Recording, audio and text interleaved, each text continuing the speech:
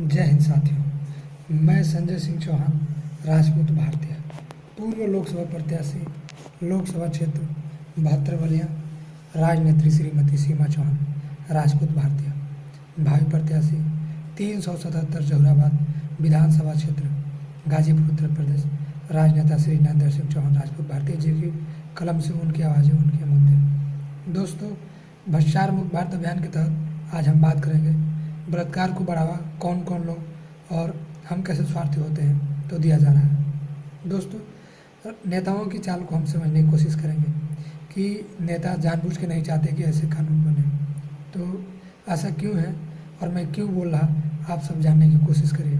साथ ही कहीं ना कहीं ए ग्रेड के या बड़े पद पर बैठे अधिकारियों का भी और बड़े बड़े बिजनेसमैनों का भी मेरा मानना है कि इसमें हाथ होता है। आइए समझते हैं इस वीडियो में कैसे। जय हिंद साथियों, मैं चाहूँगा इस वीडियो को ज़्यादा से ज़्यादा लाइक करें, शेयर करें, सब्सक्राइब करें, क्योंकि यह वीडियो भ्रष्टाचार मुक्त भारत अभियान के तहत और बलात्कार पर बनाई जा रही है कि बहन बेटियों के साथ अपराध कैसे हो रहा है। दोस्तों, सबसे पहले तो आपने सुशांत मर्डर केस सुना, हाथरस मनीषा हत्याकांड सुना, आपने बलरामपुर हत्याकांड सुना, राजस्थान में भी आपने हत्याकांड सुना।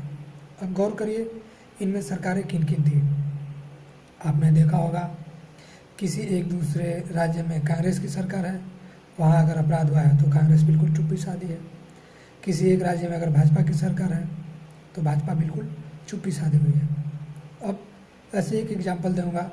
आपने देखा होगा जब सांसद विधायकों का अगर पेंशन, वेतन, भत्ते बंद करने या बढ़ाने की बात आती है तो पक्ष में विपक्ष में कोई भी नेता लीडर हो, कुछ भी नहीं होता, नहीं बोलता और एक सुर में उस बात का समर्थन कर देते हैं। मतलब उनका अपना लाभ होता है, कोई कटौती नहीं करते हैं और उस बिल को, उस कानून को पास कर देते हैं या अपना वेतन भत्ते बढ़ा लेते हैं। समझिए इस बात को। अब मान लीजिए कांग्रेस की सत्ता में, कांग्रेस के राज्य में बलात्कार हो रहा है, जहाँ उनकी गठबंधन से कैसे भी सत्ता है या अन्य पार्टियाँ हैं, तो भाई आप वहाँ क्यों नहीं कंट्रोल कर रहे हैं? क्यों नहीं राज्य स्तर पर कार्रवाई कर रहे हैं? क्यों नहीं बढ़िया कानून ला रहे हैं?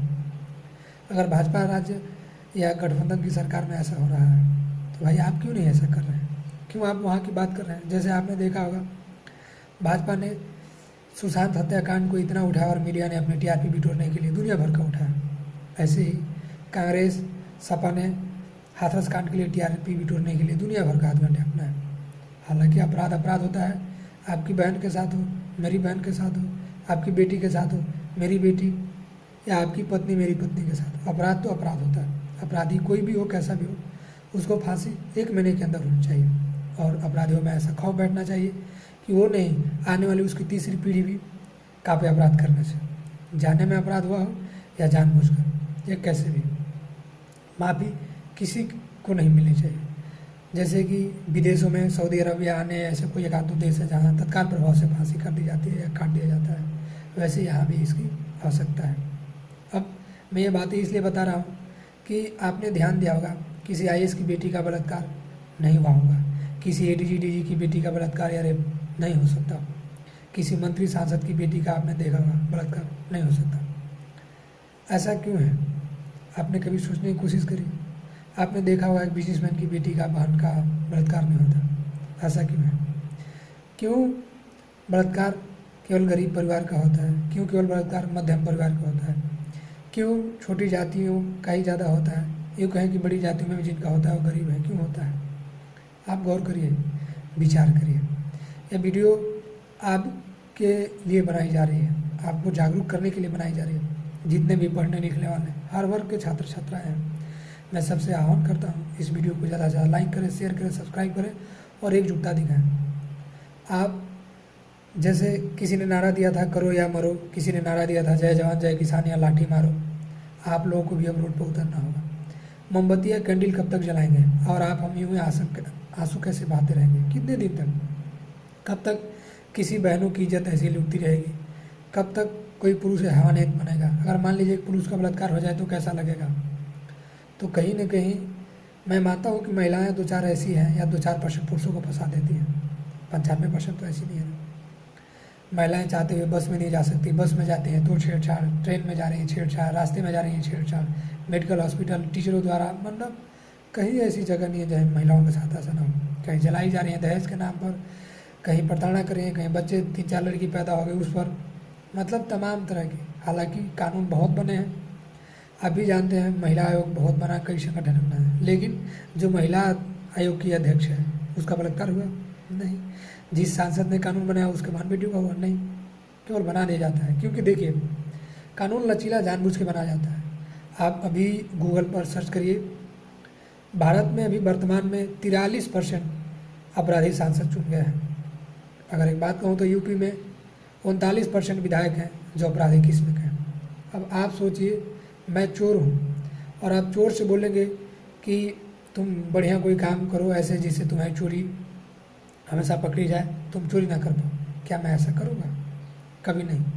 ये एक गलत उदाहरण दूंगा, लेकिन आप समझिए अगर कोई वेश्या धंधा कर रही है और उसको मैं अपनी पत्नी बना लाऊं, आपको क्या लगता है उसका वो वेश्यापन का धंधा खत्म हो जाएगा? मुझे तो नहीं लगता, कहीं ना कहीं उसमें थोड़ा बहुत लक्षण दिखेगा ही दिखेगा।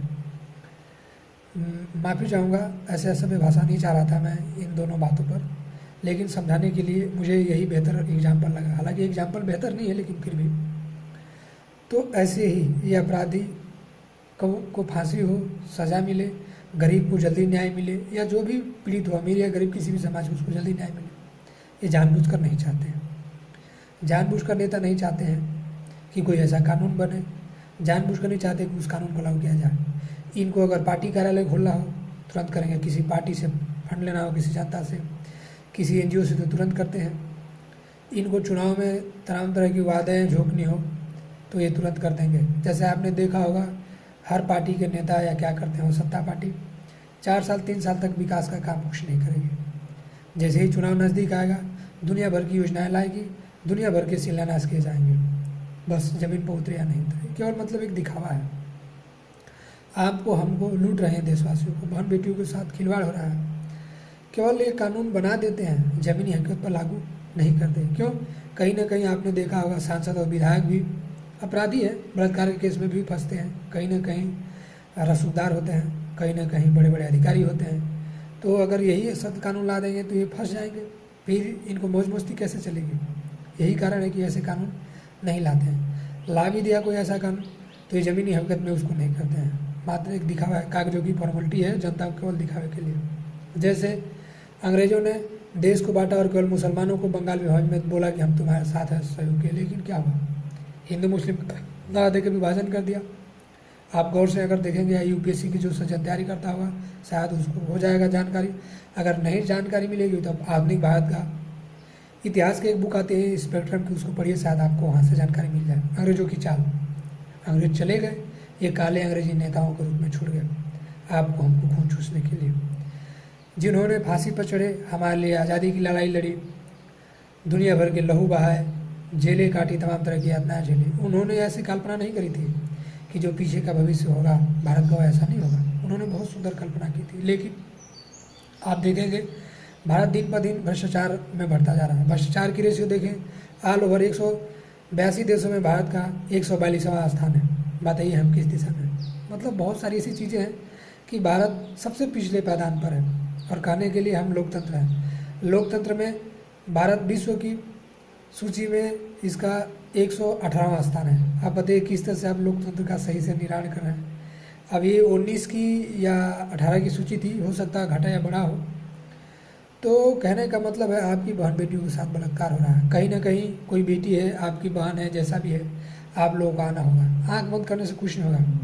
पहले राजा महाराजा क्या करते थे, अंग्रेज आए तो सोचते थे कि उसका ही हो रहा है, उसका ही हो रहा है, करते करते अंग्रेज पूरी हुकूमत कर गए और सबको गुलाम बना गए। इसलिए आप सोच रहे हैं कि उसकी बेटी का है, उसकी बेटी का है, हमारा क्या है, हम तो ऐसे ऐसे हैं। एक दिन आप पर भी ऐसा होगा, क्योंकि अपराधी न जाति देखता है, न धर्म देखता है, न मधर्म देखता है, न ऊंचा न नीचा, न छोटा न बड़ा, कुछ नहीं देखता। वो सिर्फ अपराध को देखता है, अपने निजी स्वार्थ को देखता है। तो आइए अपराधियों को फांसी दिलाने के लिए ऐसे नए कानून की, और ज़्यादा से ज़्यादा तारीख पर तारीख न पड़े, ज़्यादा से ज़्यादा जजों की नियुक्ति हो, ज़्यादा से ज़्यादा सरकारी अमलों की नियुक्ति हो, ज़्यादा से ज़्यादा पुलिस वालों की वैकेंसियाँ भर्ती हो जैसे, और ये न्यायिक प्रक्रिया हो। हर बात पर सीबीआई कहाँ तक आएगी? तो हम इसकी मांग करें सरकार से, और ज़्यादा से ज़्यादा सरकार का विरोध करें, जगह जगह हम धरना दें। कंडील मार्च से नहीं होगा, मोमबत्ती जलाने बुझाने से नहीं हो सकता। ये तो एक दिखावा है, ना मात्र अपनी मन की तसल्ली है।